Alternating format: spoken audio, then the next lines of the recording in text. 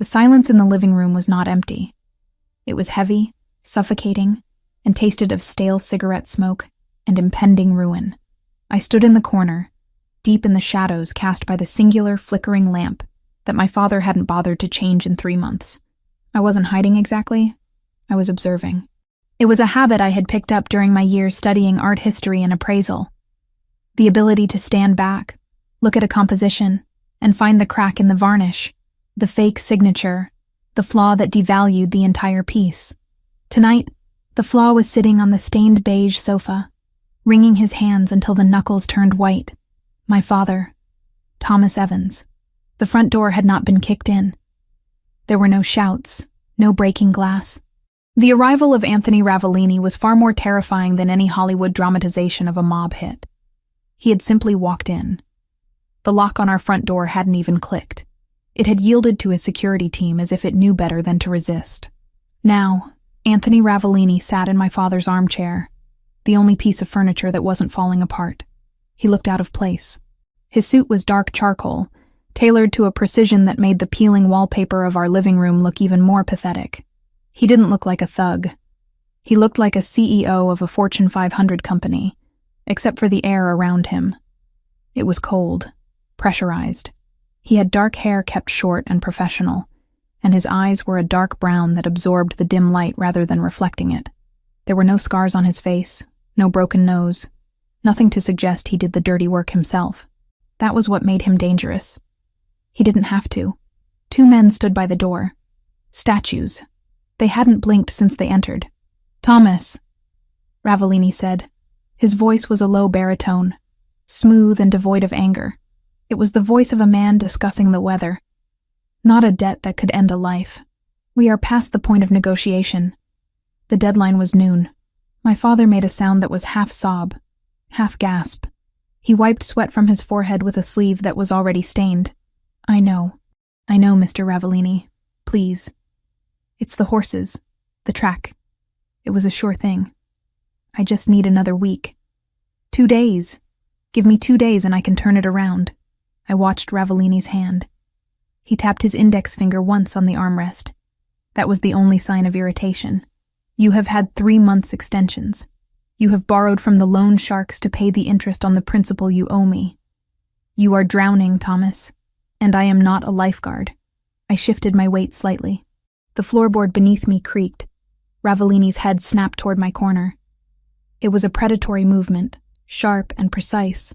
For a second, I thought he was going to pull a weapon, but he just narrowed those dark eyes. I held my breath. I had hoped to remain a ghost in this transaction, a witness to the inevitable end of my father's chaotic life. I had my bag packed upstairs. I had $200 hidden in my shoe. I was ready to leave the moment the violence started. But Ravellini saw me. He didn't look away. He scanned me from my worn sneakers to the oversized gray sweater I wore to keep warm in a house where the heating had been cut off weeks ago. He didn't look at me with lust. He looked at me the way I looked at a vase at an estate sale, checking for provenance, durability, and value. "Who is that?" Ravellini asked, not taking his eyes off me. My father turned, seeming to remember for the first time that I existed. "That? That's just Lucia, my daughter. She lives here?" Yes. She helps around. She's a good girl." My father's voice took on a frantic, desperate pitch. I saw the gears turning in his addict brain. He was looking for an angle, a lifeline, anything to stop the bullet he was sure was coming. Ravellini looked back at my father. "You owe me $400,000, Thomas. You have no assets. This house is mortgaged to the hilt and rotting from the inside out. Your car has been repossessed. You have nothing." I have... My father looked around the room wildly. His eyes landed on the television, then the broken stereo, and then, inevitably, they landed back on me. A cold pit opened in my stomach. I knew that look. It was the same look he gave his wedding ring before he pawned it. It was the look of a man who had stripped away every layer of morality to feed the beast of his addiction. "I have no money," Father cried out, his voice cracking. He scrambled off the sofa, falling to his knees. It was a humiliating display. "I have no money, Mr. Ravellini. But look at her." He pointed a shaking finger at me. Lucia. She's young. She's smart. College educated. She can work. She can be whatever you need. My father crawled 2 inches closer to the immaculate shoes of the mafia boss. She'll serve as payment. Take her. Take her and wipe the slate clean. Please. The silence that followed was absolute. I didn't gasp. I didn't scream. I felt a strange, icy calm settle over me. Perhaps I had always known it would end this way. Thomas Evans had sold my mother's jewelry, my college fund, and his own dignity. Selling me was just the final liquidation of his inventory. Ravellini didn't speak immediately. He turned his head slowly back to me. He stood up. He was tall, over 6 feet, filling the cramped room with an overwhelming masculine presence. He walked toward me, crossing the stained carpet. I didn't back away. I refused to cower. If I was to be sold like cattle, I would at least stand like a human being. I lifted my chin, meeting his gaze. Up close, he smelled of expensive cologne, sandalwood, and cold winter air. "How old are you?" he asked. 23, I answered. My voice was steady. "Good. Did you know about the debt?" "I manage his mail," I said coldly. "I know about the 400,000 to you. I know about the 50,000 to the bank. I know about the 3 liens on the house." He raised an eyebrow. "And yet you stayed. I had nowhere else to go." "Yet." Ravellini studied my face. He seemed to be looking for fear, tears, or hysteria. He found none. He reached out, his hand hovering near my face. I didn't flinch, though every instinct in my body screamed at me to run. He took a strand of my dark blonde hair between his fingers, examining the texture, then let it drop. He turned back to my father, who was still on his knees, panting like a dog waiting for a scrap. "A debt of 400,000 is a heavy price for one person," Ravellini said deeply. "She's worth it," Father babbled. "She cooks, she cleans, she's obedient." I almost laughed. I was none of those things. I was a survivor. Ravellini looked at me again. "Are you obedient, Lucia?" "I am pragmatic," I corrected him. "I understand leverage, and I understand contracts." A flicker of amusement passed through his dark eyes. It was gone as quickly as it came. He turned to his guards. "Bring the car around." Then he looked down at my father. "Get up, Thomas. You look pathetic." My father scrambled to his feet, a smile of relief breaking through the sweat on his face. "So, we have a deal? The debt is gone?" "The debt is transferred," Ravellini corrected. "You are free of your obligation to me. But you are also free of your daughter. If you ever try to contact her, if you ever come near her, if I see your face in my city again, the debt returns, with interest. And you will pay it in blood. Do you understand?" "Yes, yes, of course. Take her." My father didn't even look at me. He was already mentally spending the money he wasn't going to lose. Ravellini turned to me. "Pack a bag. You have 5 minutes. Essentials only." I didn't wait to be told twice. I turned on my heel and walked out of the living room, past the man who had raised me, and up the creaking stairs. I didn't run. I wouldn't give them the satisfaction of seeing me rush. My bedroom was a small box at the top of the stairs. It was cold. I grabbed my battered duffel bag from under the bed. I didn't pack clothes for a new life. I packed for survival. Jeans, thick sweaters, my comfortable boots. I went to the loose floorboard in the closet and pulled out my small stash of cash, $212. I shoved it into my pocket. Then I went to my desk. I picked up the only thing of real value I owned, my jeweler's loupe, and a small leather-bound book on 19th century European art signatures. It was my passion. My career before my father's debts had forced me to drop out of the master's program to keep the lights on. I wrapped the loupe in a sock and tucked it deep into the bag. I looked around the room. There were no posters, no memories I wanted to keep. This house had been a prison of anxiety for years. Every phone ring made me jump. Every knock at the door made me sick. Leaving it didn't feel like being captured. It felt like being cut loose from an anchor that was dragging me to the bottom of the ocean. I zipped the bag. It was light. My entire life weighed less than 20 pounds. When I came back downstairs, Ravellini was checking his watch. A Patek Philippe, genuine, platinum casing. I filed that information away automatically. 4 minutes, he noted. Efficient. I don't have much to mourn, I said. My father was standing by the window, peeking out at the street, probably making sure the neighbors weren't watching. He turned as we headed for the door. Lucia, he said, trying to summon some fatherly tone. You be good for Mr. Ravellini. You do what he says. It's for the best. You understand, right? I did this for us. I stopped. I was 3 feet from the door. I turned to look at Thomas Evans one last time. I wanted to scream. I wanted to claw his eyes out for trading me like a used car.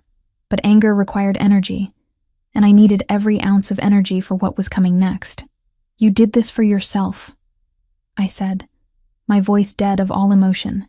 Don't pretend this is a sacrifice, Thomas. You sold me to save your kneecaps. Now, honey, don't. I cut him off. The debt is paid. You have your life. I have mine. If I were you, I'd stop gambling. Next time, you won't have a daughter to barter with. I walked out the door into the biting cold of the night without waiting for his response. The air outside was crisp, hurting my lungs in a good way. A massive black SUV was idling at the curb. It wasn't just a car. It was a tank disguised as luxury. The windows were tinted so dark they looked like black holes. One of the guards opened the back door for me. I climbed in. The interior was a shock to the system. Cream leather, soft ambient lighting, and warmth that seeped into my bones immediately. It smelled of new leather and safety. Ravellini slid in beside me. The door closed with a heavy thud, sealing out the noise of the street, the wind, and my past. The lock engaged with a decisive click. As the car pulled away, merging smoothly into the traffic, the silence stretched between us. I kept my bag on my lap, hugging it against my chest like a shield. I looked out the window, watching the neighborhood I had grown up in blur into streaks of light. We were leaving the slums and heading toward the city skyline that glowed in the distance like a promised land. We need to establish the ground rules, Ravellini said. He didn't look at me. He was scrolling through something on a tablet that he had pulled from the seat pocket. I assume I don't get a vote, I said. You assume correctly. He locked the tablet screen and placed it down. He turned his body slightly toward me, dominating the space. You are not a guest, Lucia, but you are not a slave. I have no interest in forced labor, and I have even less interest in unwilling women. I exhaled, a breath I didn't realize I had been holding. Then what am I? You are collateral, he said simply. For the next 5 years, you belong to the Ravellini family. You will live in my home. You will be available when I require your presence. You will not leave the premises without an escort. You will not contact anyone from your previous life. You will disappear. Available for what? I asked, my grip tightening on my bag. Appearances, he said. Events, dinners. My world is built on perception. A man of my standing requires a certain domestic image to close specific deals. You are articulate. You are presentable. And according to your father, you are educated. You will play the role of my companion. And if I refuse, you won't, he said. It wasn't a threat. It was a statement of fact. Because you are smart. You saw the alternative back there. You know that living in a golden cage is preferable to drowning in a sewer. Your father would have sold you to someone far worse than me eventually. A pimp, a drug dealer, another bookie. With me, you will have food, clothes, safety, and luxury. All I ask in return is your time and your loyalty. 5 years, I repeated. 5 years. Then the contract is fulfilled, and you are free to go with a severance package that will let you start over anywhere in the world. It sounded like a business deal. Cold, transactional, logical. It was exactly the kind of language I understood. I have conditions, I said. One of the guards in the front seat shifted, likely surprised that the payment was speaking back. Ravellini just looked amused. You are in no position to negotiate, Lucia. I'm not negotiating the terms of my surrender, I said, meeting his eyes. I'm clarifying the job description. You said you have no interest in unwilling women. Does that mean my bed is my own? Ravellini's gaze dropped to my lips for a fraction of a second, then returned to my eyes. I do not rape, Lucia. I don't need to. If you are in my bed, it will be because you walked there yourself. Then I won't be in your bed, I said sharply. We shall see, he murmured, turning back to his tablet. But yes, your room is your sanctuary. As long as you respect my house, you will be safe within it.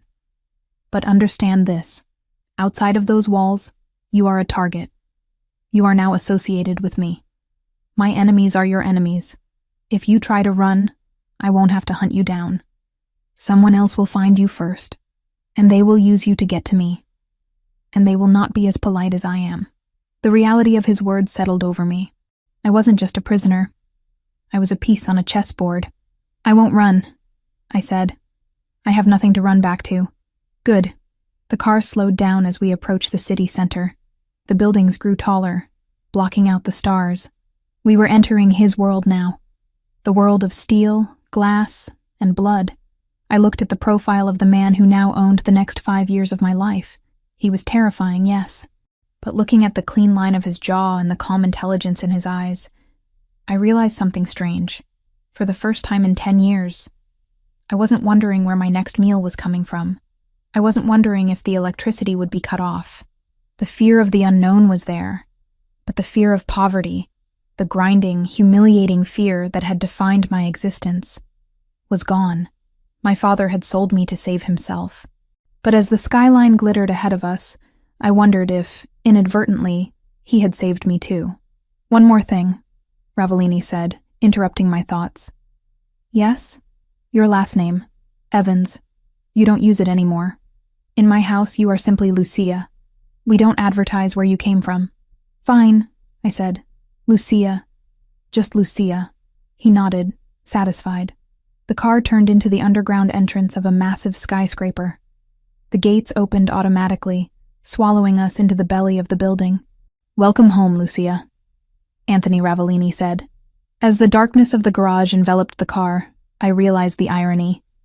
I had lost my freedom, but I had gained a future. It was a dangerous, twisted future, but it was mine to navigate. I loosened my grip on the duffel bag. My hands were steady. The game had begun. The elevator ride to the penthouse took exactly 45 seconds. I counted them, watching the digital numbers climb higher and higher, leaving the grid of the street level far below. With every floor that passed, the air pressure changed slightly. A physical reminder that I was ascending into a stratosphere I had no business occupying. Anthony Ravellini stood beside me, silent and still. He didn't fidget. He didn't check his phone. He simply existed in the space, consuming the oxygen, radiating a kind of calm authority that was more terrifying than any shout. When the doors slid open with a soft chime, I stepped into a world that felt less like a home and more like a fortress of solitude carved from glass and steel. The entryway was vast, paved in dark marble that reflected the recessed lighting like a black frozen lake. Floor-to-ceiling windows lined the far wall, offering a panoramic view of the city skyline. A view that people killed for. But what struck me wasn't the opulence. It was the silence. My father's house had always been filled with noise. The hum of the refrigerator that was dying, the rattle of the pipes, the muttering of a man losing his mind to addiction. Here, the silence was heavy, expensive, and absolute. Coat, Ravellini said. It wasn't a question. I slipped off my worn denim jacket. He took it from me, not handing it to a servant, but hanging it himself in a closet that looked larger than my bathroom. The gesture was strangely domestic for a man who commanded an army of criminals. Follow me. I walked behind him, my boots making dull thuds against the marble while his dress shoes were virtually silent. We passed a living area with a sofa that looked like a modern art installation, a kitchen that gleamed with stainless steel surfaces that had clearly never seen a burnt toast, and a hallway lined with black and white photography. He stopped at a heavy oak door at the end of the corridor. He pushed it open and gestured for me to enter. This is your room, he said. I stepped inside and felt my breath hitch. It was beautiful, yes, in a stark, masculine way. The walls were a deep charcoal, the bed was a king-sized expanse of white linen, and there was an ensuite bathroom visible through a frosted glass door. But what drew my eye wasn't the luxury. It was the lock on the door. A heavy brass deadbolt. On the inside, I turned to look at him, surprised. "You can lock it," he said, reading my mind with unnerving accuracy. "Privacy is a luxury you probably haven't had in a long time. Here, it is a standard." "You trust me behind a locked door?" I asked, gripping the strap of my duffel bag. "I have the master key, Lucia. But I won't use it unless I have reason to believe you are harming yourself or planning something stupid. As I told you in the car, I do not force entry. If that door is locked, I will knock." He stepped back into the hallway, creating a physical boundary between us.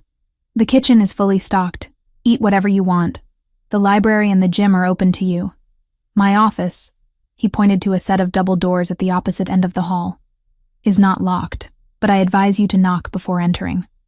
I handle business there that you do not want to overhear." "And if I want to leave?" I asked, testing the perimeter. "The elevator requires a biometric scan or a code. You have neither. The fire escape is alarmed and monitored by a security team in the lobby. If you trigger it, 3 men with very little patience will be up here in 90 seconds. Don't test them." His eyes were dark, serious, devoid of cruelty but full of warning. "Sleep," he ordered. "Tomorrow we will discuss your schedule. I have a tailor coming at 10 to measure you." "A tailor? You represent the Ravellini family now. Your current wardrobe is—" He glanced at my jeans, which had a patch on the knee. "Insufficient." With that, he turned and walked away. I watched him disappear into the shadows of the living room, then I closed the door. I turned the lock. The click of the deadbolt sliding into place was the loudest sound I had heard all night. I didn't unpack immediately. I sat on the edge of the bed, the mattress sinking perfectly under my weight, supporting me in a way I wasn't used to. I looked around the room. It was warm. The thermostat on the wall read 72 degrees. For the first time in 3 winters, I didn't have to sleep in 2 hoodies. I went into the bathroom. The shower was a waterfall style, enclosed in glass. I turned the handle, and hot water, instantly hot, not lukewarm after 10 minutes of running, poured out. I stripped off my clothes, the layers of grime and stress from the confrontation at my father's house peeling away. I stood under the spray for a long time, watching the steam rise. I should have been crying. I should have been terrified. I was a prisoner in a high-rise tower, owned by a mob boss. But as the hot water hit my skin, all I felt was a profound, exhaustion-fueled relief. The debt collectors weren't coming here. The phone wasn't going to ring with threats. For the next 5 years, I was a bird in a cage. Yes. But the cage was bulletproof, and the hawk guarding it was the most dangerous predator in the sky. I dried off with a towel that was thicker than my winter coat and climbed into the bed. I thought I would lie awake for hours, plotting my escape or analyzing my fate. But the moment my head hit the pillow, my body shut down. It recognized safety, even if my mind hadn't accepted it yet. I slept dreamlessly, a deep, comatose slumber that belonged to the dead or the saved. I woke up to light streaming through the blackout curtains I had failed to close completely. The clock on the bedside table read 8:30 a.m. Panic flared for a microsecond. I was late for work, late for the shift at the antique shop that paid me under the table. Before reality crashed back in, I didn't have a job anymore. I had a role. I dressed in the cleanest clothes I had left, black leggings and a gray oversized sweater. I brushed my hair, pulling it back into a severe bun. I looked in the mirror. My hazel eyes looked clearer than they had in months. The dark circles were still there, but they were lighter. I unlocked my door and stepped out into the penthouse. It was silent. "Mr. Ravellini?" I called out softly. No answer. I walked to the kitchen. There was a pot of coffee on the counter, still hot, with a note beside it written in sharp, angular handwriting. "I am in meetings until noon. Eat." I poured a cup.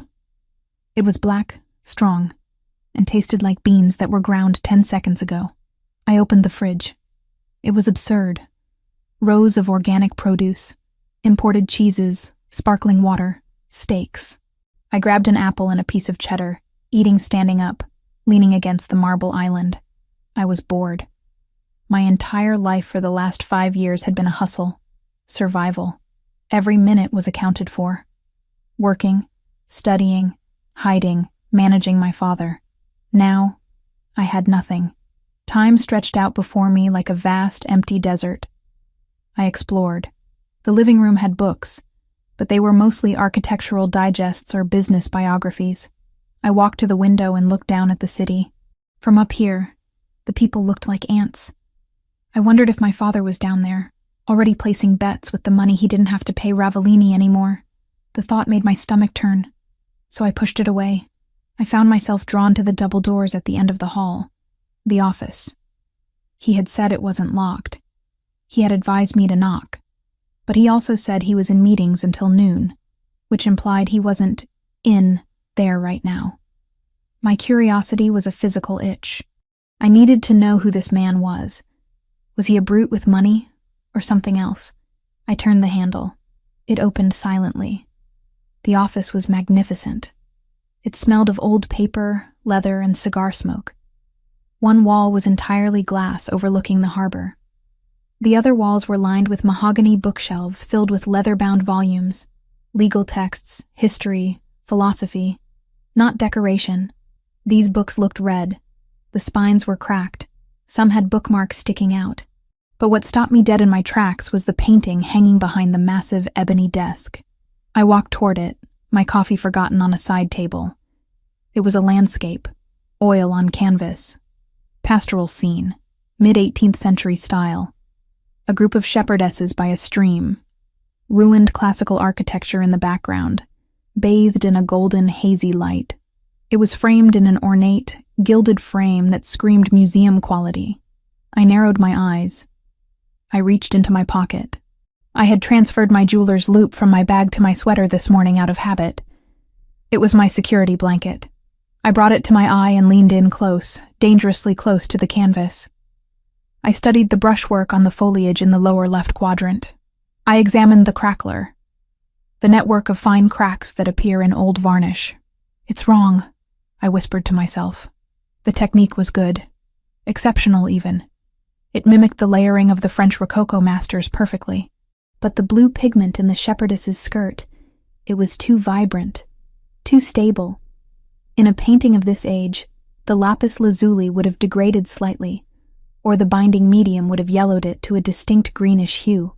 This blue was punching me in the face, and the signature in the corner. I was so absorbed in the analysis, tracing the flow of the brush strokes with my gaze, that I didn't hear the door open. I didn't hear the footsteps on the thick Persian rug. I thought I told you to knock. The voice was low, vibrating through the room like a bass note. I froze. I didn't jump, but my heart hammered a frantic rhythm against my ribs. I straightened up slowly, turning to face him. Anthony Ravellini stood in the doorway. He wasn't wearing his suit jacket. His white dress shirt was unbuttoned at the collar, sleeves rolled up to his elbows, revealing forearms that were thick with muscle and dusted with dark hair. He looked less like a CEO now and more like a man who had been strangling problems all morning. He didn't look angry. He looked assessing.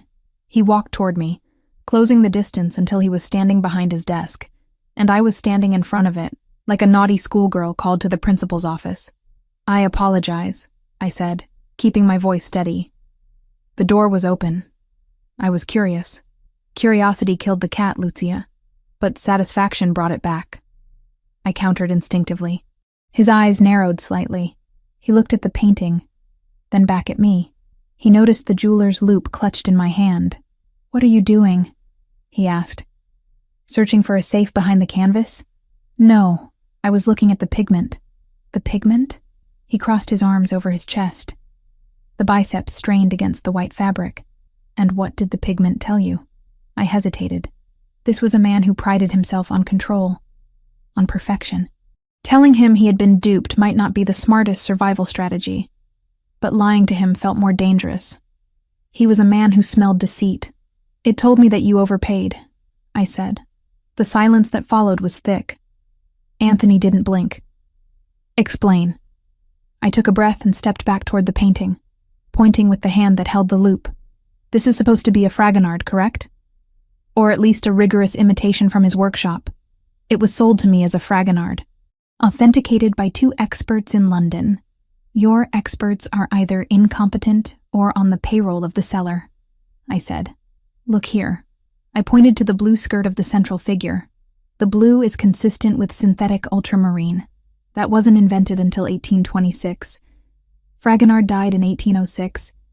Unless he was a time traveler, he didn't paint this. Anthony walked around the desk. He came to stand right beside me. He was close enough that I could feel the heat radiating off him. He wasn't looking at me. He was looking where I pointed. Go on, he said softly. The crackler. I continued, my professional confidence overriding my fear. See this pattern? It's uniform. Too uniform. Natural aging cracks are random, influenced by the wooden stretcher bars and humidity changes. These cracks look like they were induced by baking the canvas or using a chemical crackle varnish. And the brushwork here. I hovered my finger over the trees. It's too hesitant. The master painted with speed, with confidence. This artist was copying. They were careful. You can see where they lifted the brush to check their work against the original. I lowered my hand and looked up at him. He was staring at the painting with a look of intense concentration. It's a fake, I concluded. A very expensive, very beautiful fake. Probably late 19th century. Worth maybe $10,000 as a decorative piece. Not the $2 million you likely paid for it. Anthony turned his head slowly to look at me. His dark eyes drilled into mine, stripping away my defenses. I expected anger. I expected him to yell at me for insulting his possession. Instead, a slow, dangerous smile curved his lips. It wasn't a nice smile.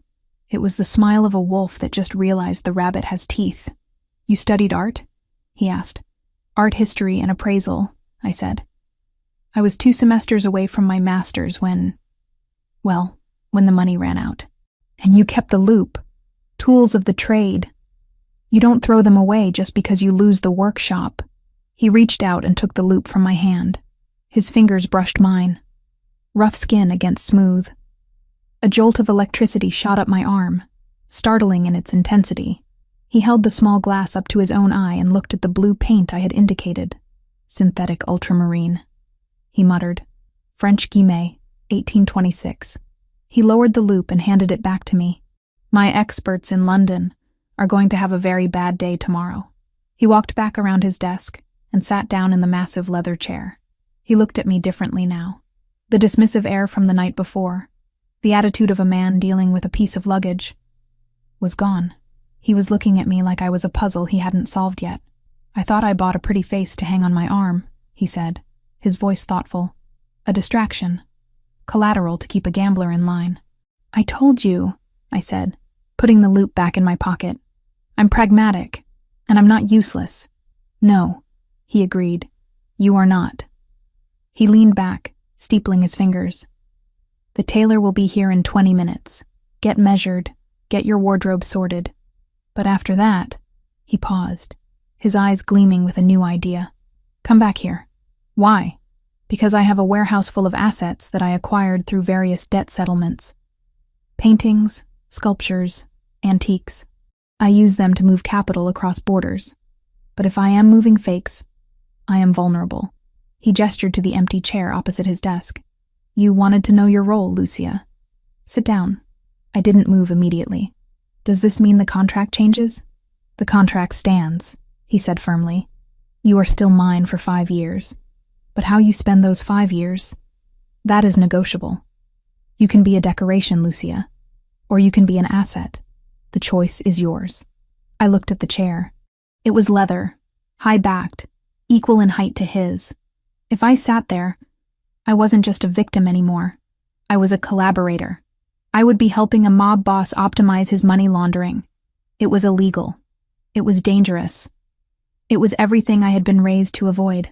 But looking at Anthony Ravellini, at the intelligence in his eyes, the challenge in his posture, I realized something terrifying. I didn't want to go back to my room and hide. I didn't want to be safe and bored. I wanted to sit in that chair. I walked forward and pulled the leather chair out. The sound of it scraping against the rug was the only noise in the room. I sat down, crossing my legs, and placed my hands on the mahogany desk. I charge a consultation fee, I said. Anthony threw his head back and laughed. A rich, deep sound that seemed to startle the dust motes in the air. It was the first time I had seen him look truly human. "We'll discuss your fee," he said, his eyes locking onto mine with a heat that had nothing to do with art. "Now, tell me about the varnish on that degas in the hallway." I smiled. A small, sharp thing. "It's not a degas. It's a school of Paris imitation. And a bad one." The game had changed. I wasn't just surviving anymore. I was playing.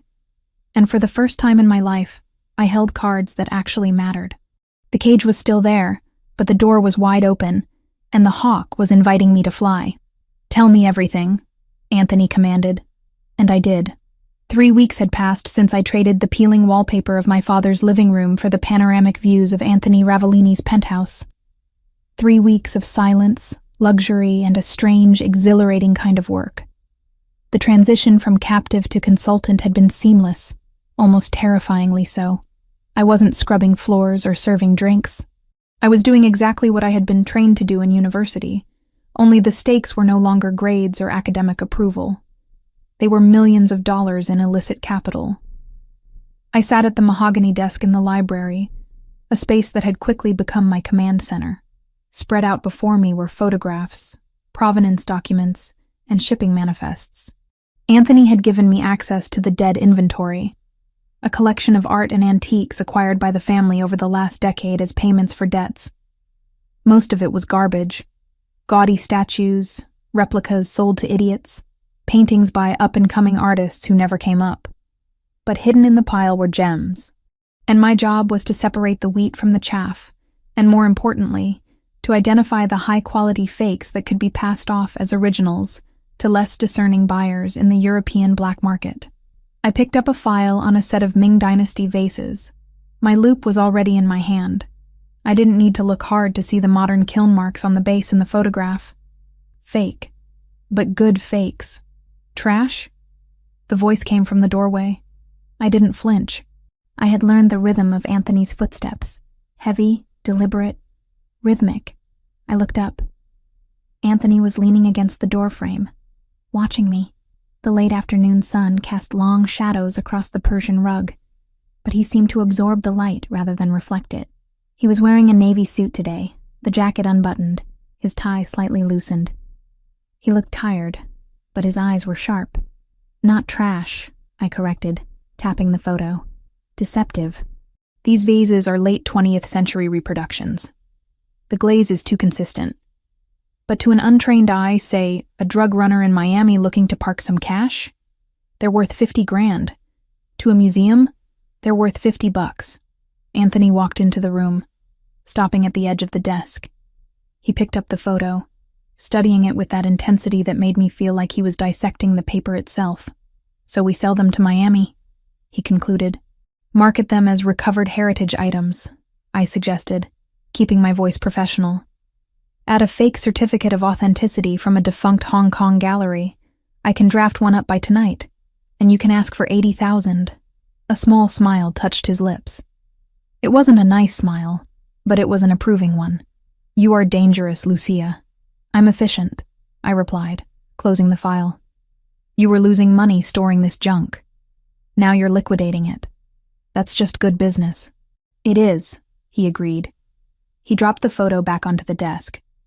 "Finish up here. We have a dinner tonight." I paused. In the last 3 weeks, I hadn't left the penthouse. I had been perfectly content in my gilded tower, ordering room service and diving into art fraud. The outside world was where my father was. The outside world was where the O'Sullivan family operated. I wasn't eager to return to it. "A dinner?" I asked, keeping my tone neutral. "A business meeting. High level. My capos and a few associates from the West Coast. We are finalizing a distribution route, and you need me there because you are the face of my legitimacy," Anthony said. He walked around the desk, invading my personal space. He didn't touch me, but his proximity was a physical weight. "I am not just a thug with a gun, Lucia. I am a businessman. A man who appreciates culture. You are the proof of that. You are the beautiful, educated woman on my arm who discusses art and history while I discuss percentages and territory. You soften the edge. I'm a prop, I said flatly. You are armor, he corrected. Distraction is a weapon. If they are looking at you, they aren't looking at my hands.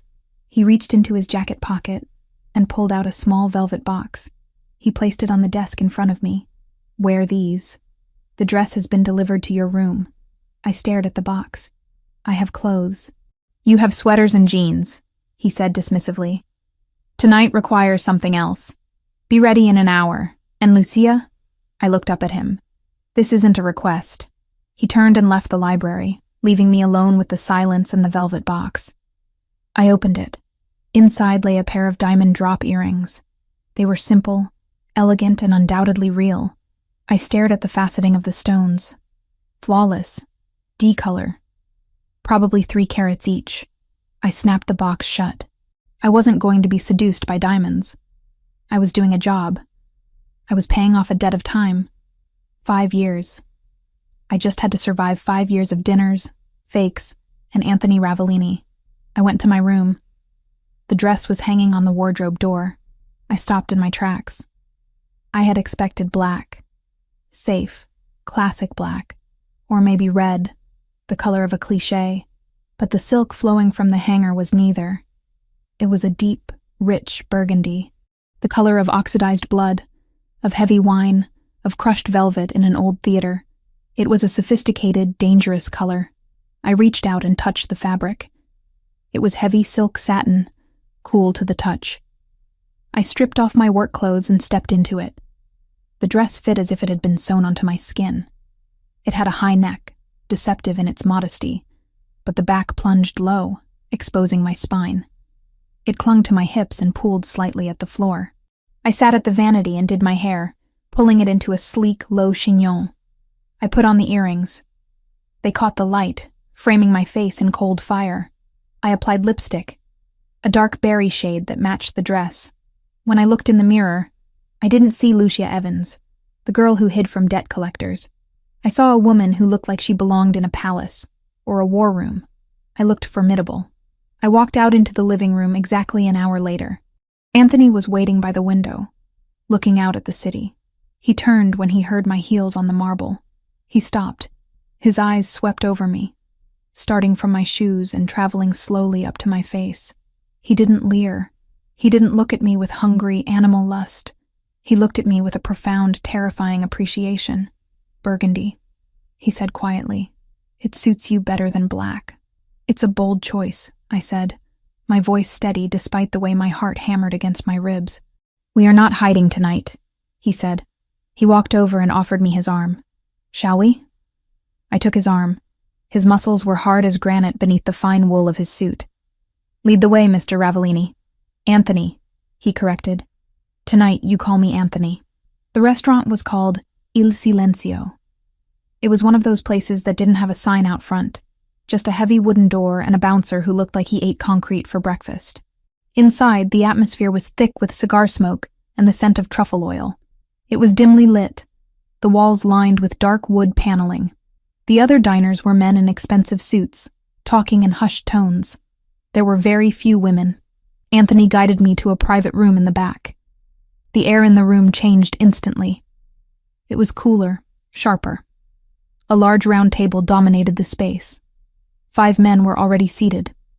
They all stood up when Anthony entered. Don Ravellini, one of them greeted, bowing his head slightly. Gentlemen, Anthony replied. He didn't bow back. He guided me to the chair to his right and waited for me to sit before taking his own seat. The men sat down. I scanned the table. I recognized 2 of them from the files I had seen in the office. Associates from the West Coast. But the man sitting directly across from me was new. He was older, perhaps 50, with a face that looked like it had been carved out of aggressive meat. His skin was flushed, his eyes watery and bloodshot. He had a glass of whiskey in front of him that was already half empty. Who's the bird, Anthony? The man asked, his voice grating and loud. I thought this was a business dinner, not a date night. Anthony poured himself a glass of water. He didn't look at the man. This is Lucia. She is my consultant. Consultant? The man laughed, a wet, ugly sound. Is that what we're calling them now? In my day, we just called them whores. The silence that fell over the table was instant and absolute. The other men looked down at their plates or adjusted their cufflinks. Insulting the boss's companion was suicide. Anthony stopped pouring. The pitcher hovered in the air for a second before he set it down with a deliberate clink. "Lucia manages my private acquisitions," Anthony said, his voice dropping an octave. "She has more education in her little finger than you have in your entire bloodline, Verciani. I suggest you show respect." So this was Verciani, a capo from the Jersey faction, notorious for his temper and his inability to handle alcohol. Verciani sneered, leaning back in his chair. He looked me up and down, his eyes lingering on my chest. Education. Right. Does she know how to count, or just how to spend? I felt a flash of anger, hot and sharp. But I didn't let it show. I picked up my napkin and unfolded it calmly. "I know how to count, Mr. Verciani," I said, my voice cutting through the tension like a razor blade. "For example, I count 3 empty glasses in front of you, which explains why you're slurring your words before the appetizers have even arrived." Verciani's face turned a darker shade of red. The man next to him choked on a laugh. Anthony didn't look at me, but I saw his hand tighten slightly on the stem of his water glass. "She speaks," Verciani mocked.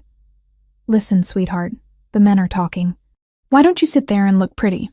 Anthony, order a bottle of the good stuff. I want to celebrate the deal." He snapped his fingers at a waiter who had materialized in the corner. "Boy, bring us the 82 Latour. The boss is paying." The waiter looked at Anthony for confirmation. Anthony gave a barely perceptible nod. When the bottle arrived, Verciani made a show of inspecting it. "Ah, Chateau Latour, 1982, the king of wines. You see this?" He pointed the bottle at me. "This bottle costs more than your daddy made in a year." He didn't know how right he was. My father never made anything. The waiter poured a splash into Verciani's glass for the tasting. Verciani swirled it aggressively, spilling a drop on the white tablecloth. He took a massive gulp, swishing it around his mouth like mouthwash. "Perfection," he announced. "Notes of leather and tobacco, smooth as silk. Pour it for everyone." The waiter moved to pour, but I raised my hand. "Wait," I said. Verciani slammed his glass down. "What now?" I looked at the bottle in the waiter's hand. I didn't need the loupe for this. "It's a fake," I said clearly. The room went dead silent again. Verciani stared at me, his mouth slightly open. "Excuse me?" He spat. "The bottle," I said, gesturing to the label. "It's a counterfeit. A refilled bottle, to be precise." "You don't know what the hell you're talking about," Verciani growled. "This is from the restaurant's private reserve." "Then the restaurant is being cheated, or they are cheating you," I said, leaning forward slightly, locking eyes with him. "Look at the capsule, Mr. Verciani. The Chateau Latour 1982 capsules were made of a specific lead alloy that oxidizes to a dull gray over 40 years. That capsule is shiny aluminum. And the label? The font on the vintage year is slightly too bold. It's a high-quality photocopy glued onto an old bottle." I turned to the waiter, who was looking pale. "And if you open it, the cork will likely be branded with a different year, or it will look surprisingly new for a 40-year-old wine. Am I right?" The waiter swallowed hard. I can check the cellar, madam. We have had issues with the supplier recently." I turned back to Verciani. "You just drank swill, probably a decent table wine mixed with a little brandy to fake the aging, and you called it perfection. You praised the notes of leather.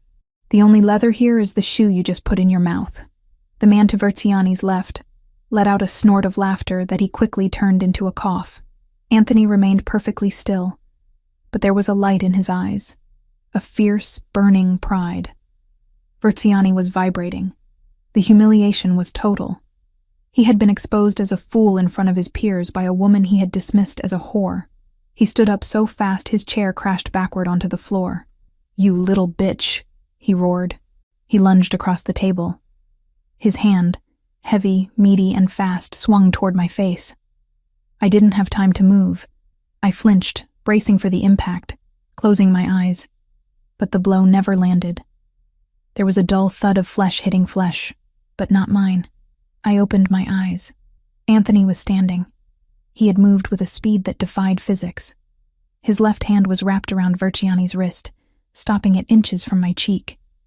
His grip was so tight that Verciani's fingers were turning purple. The air in the room seemed to drop 20 degrees. Anthony didn't shout. He didn't roar. He leaned in, his face inches from Verciani's sweating forehead. His voice was a whisper, but it carried more violence than a gunshot. "She is not a consultant," Anthony said, his eyes black voids of rage. "She is my partner. You insult her. You insult me. You try to touch her." He twisted Verciani's wrist. There was a sickening pop of cartilage. Verciani let out a strangled yelp, dropping to his knees. "And you lose the hand," Anthony finished. He shoved Verciani back. The capo collapsed onto the floor, clutching his wrist, wheezing. "Get him out of here," Anthony ordered the guards. "And tell the kitchen to bring me a real bottle. I won't pay for garbage." The guards dragged Verciani out. The other men at the table sat in stunned silence. They weren't looking at Anthony with fear anymore. They were looking at me with fear. Because I was the woman who had just caused a capo to be broken, and I hadn't even raised my voice. Anthony sat back down. He adjusted his cuffs. He turned to me. "Are you all right?" he asked. I looked at his hands. The hands that had just crushed a man's wrist to protect me. My heart was racing. But not from terror. It was racing from adrenaline. "I'm fine," I said. My voice was surprisingly steady. "But he really does have terrible taste in wine." Anthony looked at me for a long moment. Then he started to laugh. It was a low, dark sound. "Yes," he said. "He does." The rest of the dinner passed in a blur. The men treated me like royalty. They asked my opinion on the food, the decor, the business. I played the part. I was charming, I was intelligent, I was deadly. But all I could think about was the heat of Anthony's body next to mine, and the way he had moved to shield me. The ride home was quiet. The city lights streaked past the tinted windows of the SUV. The partition was up, separating us from the driver. I sat in the corner of the seat, watching the rain start to streak against the glass. The adrenaline was fading, leaving behind a shaky exhaustion. I felt a hand on mine. I looked down. Anthony's hand was covering mine on the leather seat. His skin was warm. "You're shaking," he said. "Just a little," I admitted. I've never been the cause of violence before." "You weren't the cause," he said firmly. "His ego was the cause. You were just the mirror that showed him how ugly he is." He squeezed my hand. "You did well tonight, Lucia. Better than well. You commanded that room. I just pointed out a fake label. No. You stood your ground. Most people crumble when a man like Verciani barks. You bit back." He turned his body toward me. The streetlights flickered across his face, illuminating the sharp angles of his cheekbones and the depth of his eyes. "I told you I protect what I value," he said softly. "And am I valuable?" I asked, the question slipping out before I could stop it. "Or am I just a useful asset for spotting fake wine?" Anthony released my hand and reached up. He brushed his knuckles against my cheek, right where Verciani would have struck me. The touch was feather-light, a shocking contrast to the violence he had displayed an hour ago. "You are not just an asset, Lucia," he whispered. His thumb traced my lower lip. My breath hitched. The air in the car suddenly felt too thin. "An asset is replaceable. You are proving to be distinct." I stared at him. For the first time, I saw the man behind the Mafia boss title. I saw a man who was lonely at the top of his mountain. A man who was tired of being surrounded by sycophants and brutes. I saw a man who recognized a fellow survivor. I leaned into his touch, just a fraction of an inch. It was an involuntary movement, a magnetic pull. "Distinct is good," I whispered. "Distinct is dangerous," he murmured, his eyes dropping to my lips. For a second, I thought he was going to kiss me. The tension was a pulled rubber band, ready to snap. I wanted him to. God help me. I wanted the man who owned me to claim me. Not because of a contract, but because of this fire between us. But he pulled back. He withdrew his hand and straightened his tie, the mask of the Don sliding back into place. "We're home," he said, as the car turned into the garage. The moment was broken, but the energy remained. As we walked to the elevator, he didn't walk ahead of me. He walked beside me. I wasn't walking behind him anymore. Tonight had changed everything. I wasn't just the girl in the corner. I was the woman in burgundy who had brought a capo to his knees. And Anthony Ravellini was no longer just my captor. He was my partner in a dance I was just beginning to learn the steps to. I looked at my reflection in the elevator doors. The diamonds sparkled, cold and hard. But my eyes were burning. I had survived the dinner. I had survived Versiani, and looking at Anthony's profile as the doors opened to our penthouse, I realized the most dangerous thing of all. I was starting to like the view from the top, and I wasn't sure I ever wanted to come down. The invitation on the marble counter said, "The Whispering Hope Charity Gala," a name so sickly sweet it could only belong to an event run by the city's most ruthless tax evaders. It was the biggest night of the social season, a black tie affair where alliances were forged over caviar and reputations were destroyed with a whisper. For the first time in my life, I wasn't wondering how to sneak into such a world. I was expected to conquer it. I stood before the full-length mirror in my room, the silence of the penthouse wrapping around me like a second skin. The dress Anthony had commissioned for me was not merely a garment. It was a statement of war disguised as couture. It wasn't the deep burgundy of the private dinner, nor was it the safe black of a shadow. It was pale gold. The silk was liquid, cascading down my body in a way that mimicked movement, even when I was perfectly still. It caught the light of the chandelier and threw it back, softened, making my skin glow. The neckline was architectural, a sharp plunge that stopped just before indecency, held together by sheer engineering and confidence. The back was entirely open, exposing my spine to the cool air of the room. It was a dress that demanded attention. It was a dress that said I didn't need to hide in corners anymore. I adjusted the diamond drop earrings, the same ones from the dinner, and checked my reflection. The girl who had packed her life into a duffel bag under the gaze of a debt collector was gone. In her place stood a woman who knew the market value of a fake Renoir and the breaking point of a Jersey capo. A knock came at the door. 3 sharp raps. "Come in," I said, not turning away from the mirror. Anthony opened the door. He was wearing a tuxedo that fit him with lethal precision. The peak lapels were sharp enough to cut, the white shirt crisp against his tan skin. He looked like the prince of a dark kingdom, which, in many ways, he was.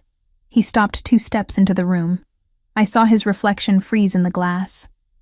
His dark eyes traveled up the line of the gold silk, tracing the curve of my waist, the slope of my exposed back, and finally meeting my eyes in the mirror. "Gold," he stated, his voice low. "You said we weren't hiding," I replied, turning slowly to face him. This seemed appropriate. He walked toward me, entering my personal space with the gravitational pull of a planet. He didn't touch me immediately. He let the tension build, that electric hum that had been growing between us since the night at Il Silencio. "Appropriate is an understatement," he murmured. "You look like a trophy, Lucia. The kind men kill each other to possess." "I thought I was a partner," I challenged softly. "Tonight, you are both." He reached out, his fingers brushing the bare skin of my arm. The contact sent a jolt straight to my core, but I held his gaze. "The O'Sullivans will be there. The Russos. The heads of the 5 families. They need to see you and think that I have captured the sun. They need to believe I am so powerful I can wear gold without fearing who might try to snatch it." "Let them try," I said. The words came out with a fierceness that surprised me. Anthony smiled, a rare, genuine expression that softened the hard lines of his face. "That is the spirit. But stay close to me. The sharks are circling tonight and they smell fresh blood." "I'm not blood," I said, picking up my clutch. "I'm the hook." He chuckled, offering his arm. "Then let's go fishing." The venue was the grand ballroom of the Pierre Hotel, a cavernous space dripping with crystal and old money. The air smelled of expensive lilies, heavy perfume, and the metallic tang of chilled champagne. A string quartet played in the corner, the music barely audible over the roar of 300 wealthy people pretending to like each other. Our entrance was exactly what Anthony had orchestrated. When we stepped onto the balcony overlooking the ballroom, heads turned. The murmur of conversation didn't stop, but it shifted. The pitch changed. I felt hundreds of eyes on the gold dress, on Anthony's hand resting possessively on the small of my back. We descended the grand staircase. I didn't look down at my feet. I looked straight ahead, scanning the room as Anthony had taught me. 3 o'clock, Anthony whispered, his lips barely moving.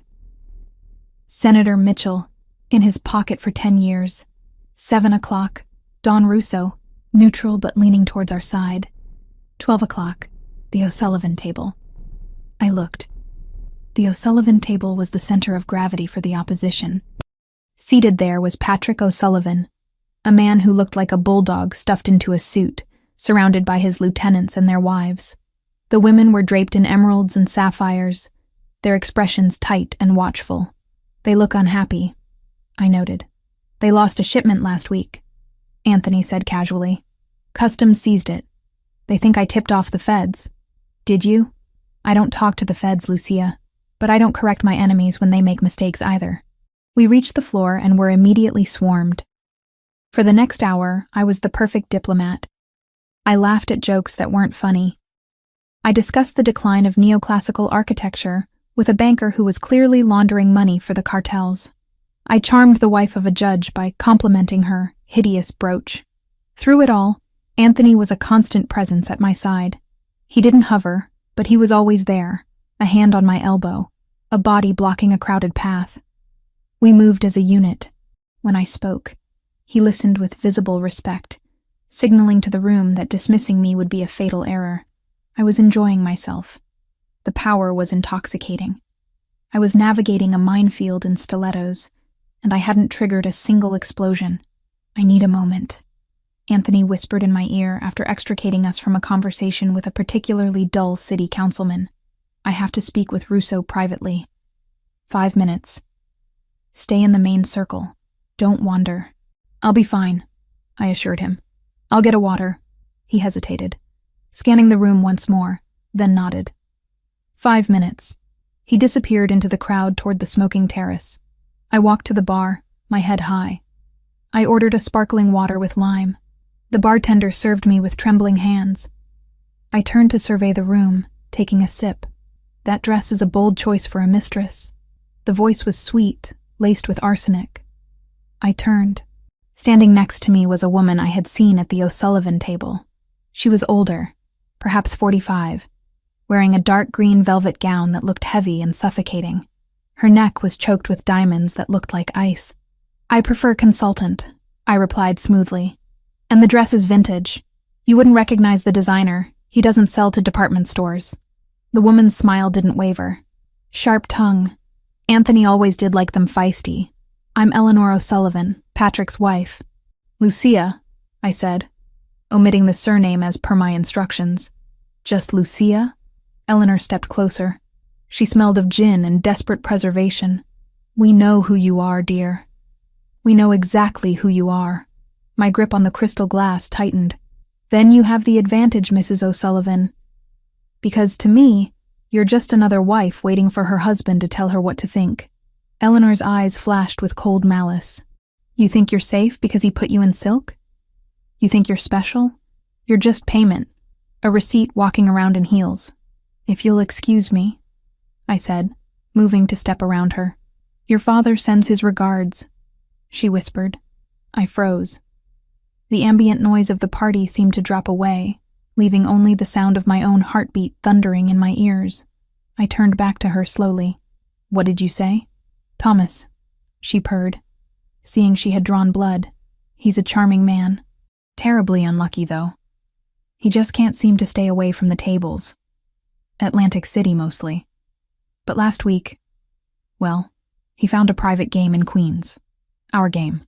My stomach turned to ice. My father's debts are his own. Not anymore, Eleanor said. She looked around to ensure no one was listening, then stepped into my personal space. He owes us, Lucia. 100,000. A pittance compared to what he owed Anthony, sure. But Thomas doesn't have a daughter left to sell, does he? He already spent that currency. I don't care, I said, though my voice trembled slightly. Kill him. Break his legs. It has nothing to do with me. Doesn't it? Eleanor reached into her clutch. She didn't pull out a weapon. She pulled out a small folded cocktail napkin. She pressed it into my hand. He didn't have money, dear, but he had information. He told us he talks to you. He told us he knows the route Anthony uses for the midnight transfers. He's lying, I hissed. I don't talk to him. I don't know the routes. But Anthony thinks you're loyal. She smiled, a horrific, triumphant expression. Thomas is selling us the schedule, Lucia. He claims he got it from you. He says you're playing the long con, that you're feeding him intel to buy his freedom. My world tilted. It was a lie. A vicious, destructive lie. But in this world, perception was reality. If the O'Sullivans spread the rumor that I was the leak, that I was feeding my father information, Anthony would have to kill me. He couldn't afford the weakness. Why are you telling me this? I asked, my voice barely a whisper. Because we don't want the schedule, she said, leaning in close, her breath hot on my ear. We want Anthony. You're going to confirm the route. You're going to tell us exactly when the shipment leaves the warehouse tonight. If you do, we forgive your father's debt. If you don't, well, we tell Anthony that his precious little consultant is a double agent working for her daddy, and we'll provide the proof Thomas manufactured.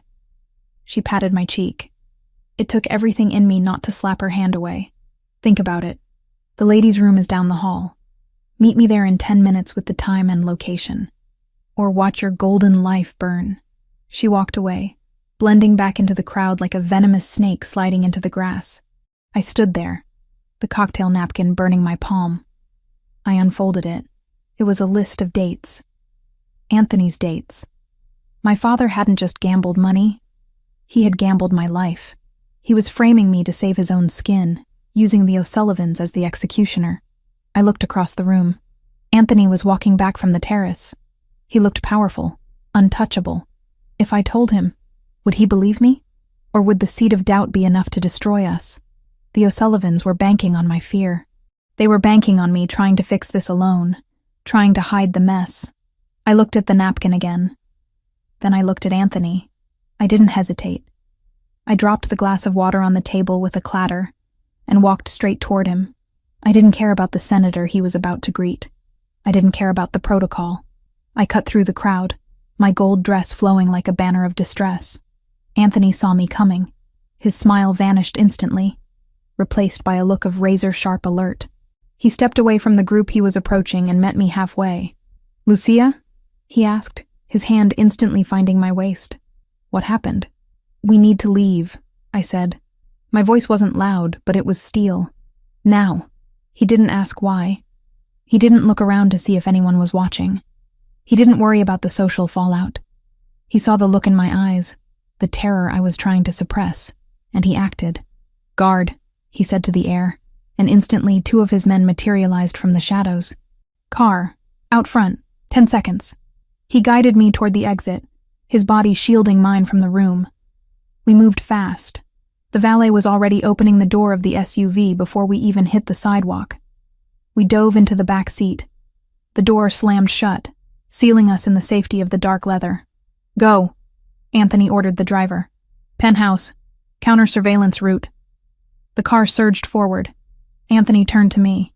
He didn't touch me yet. He waited. "Tell me." I opened my hand and dropped the crumpled napkin onto his knee. "The O'Sullivans," I said, the words tumbling out. "Eleanor." She cornered me. "My father." I choked on the word, a bitter bile in my throat. "My father owes them. He's back gambling. And to pay them, he's selling them lies." Anthony picked up the napkin. He scanned the dates in the dim light of the passing street lamps. His face was a mask of stone. "He told them I'm the leak," I continued, forcing myself to be clear.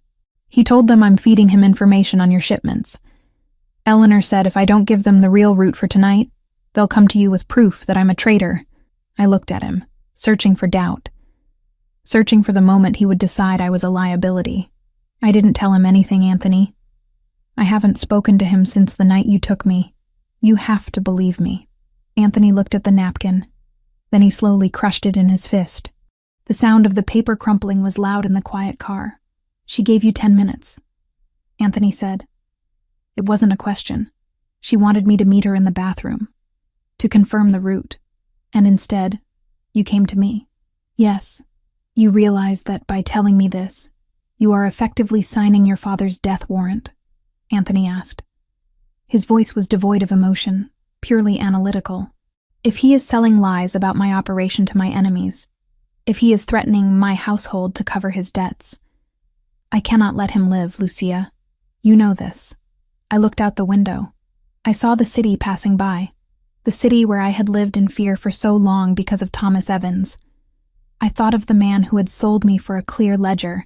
I thought of the man sitting next to me, who had given me a home, a purpose, and who had broken a man's wrist for insulting me. The choice wasn't hard. It was painful, like cutting off a gangrenous limb, but it was necessary. I turned back to